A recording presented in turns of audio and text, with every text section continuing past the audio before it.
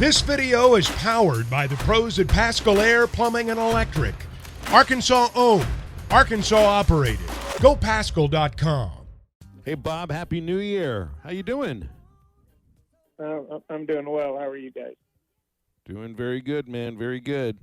Had a chuckle. I was watching the presser with Zoom yesterday, and he said he'll wear anything for free. You said you're going to have to get him a Packers shirt, so why not buy the head coach of the Razorbacks a Christmas present? What's going on here? Why can't you get him a Packers shirt? Because he's not going to buy one himself. Well, I don't know. You think Eric could probably afford one, but it's always nice getting freebies. And I know teams, whether it's NFL teams or minor league baseball teams or probably minor league hockey teams, he's got a closet full of different team stuff. But I know the Dolphins have a big game against the Bills. I guess for the division title, Packers have a big game against the Bears. If the Packers when they're in the playoffs, and if we lose, it's another horrible loss like the Lions last year knocks us out of the playoffs. So hopefully the Packers can win, but the Bears are playing a lot better for sure, which is disturbing. Some other football talk. I wanted to ask you what you thought on Junkins transferring from Ole Miss. They've had a lot going in, but I guess this is the first one to note going out. Is there any truth that he might be visiting the Hogs? That I don't know. I mean, no offense to Arkansas, unless they were putting together a massive NIL deal, I don't know why you would leave an 11-3 team for a 4-8 team. My guess is he's got his eyes on bigger prizes. Although, let's say, and he's from Alabama. I know some people have said Auburn might be a logical destination. Of course, they went 6-7. But I'm guessing that I don't have any inside scoop. I'm guessing this is probably tied to NIL because obviously he's been very productive at Ole Miss, very successful. The team's done well. They seem primed for a big 2024, and with the playoff expanding, you got to believe that at least going into the season, Ole Miss will be considered a playoff contender. So you say, wow, why would a guy leave? Well, probably money.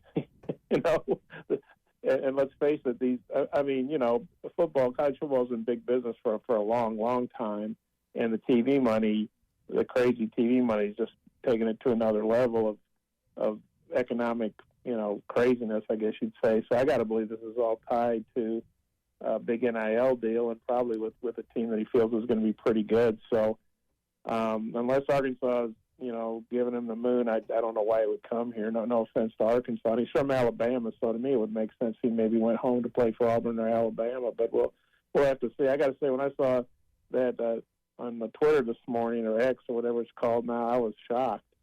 And it seemed like Lane Kiffin's, pulling in all kinds of guys. And maybe, just like I know there's no salary cap to NIL, but maybe we all know schools, even with a lot of cash, have a budget, right? You would think. So maybe all the money they're giving to all these guys they're bringing in, maybe there wasn't enough for Junkins to feel like it was worth it to hang around. So you're saying there might be limits to spending by college collectives. Interesting. Let's get into this, basketball I think game. there has to be Go ahead. No, if you got an idea on that, go ahead, Bob.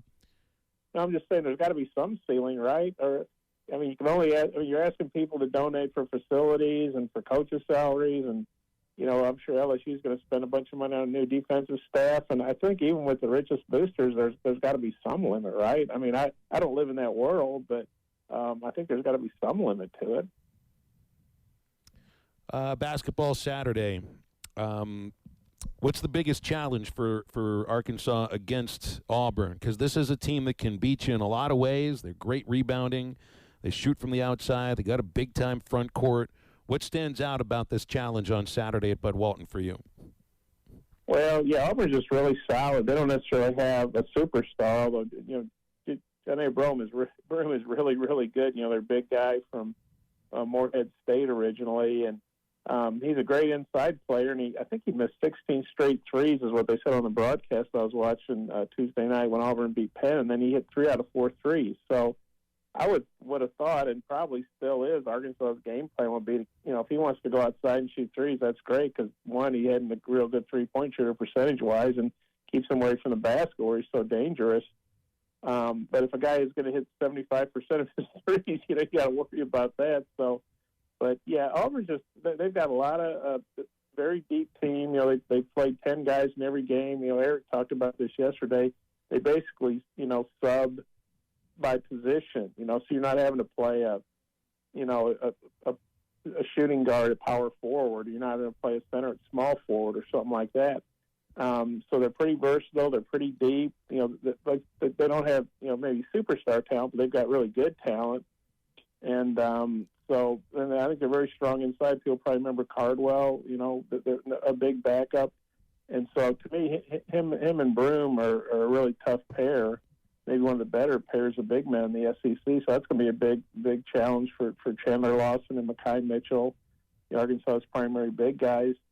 And Auburn's a veteran team. You know, they've got some good wins. They blasted Indiana. They beat USC.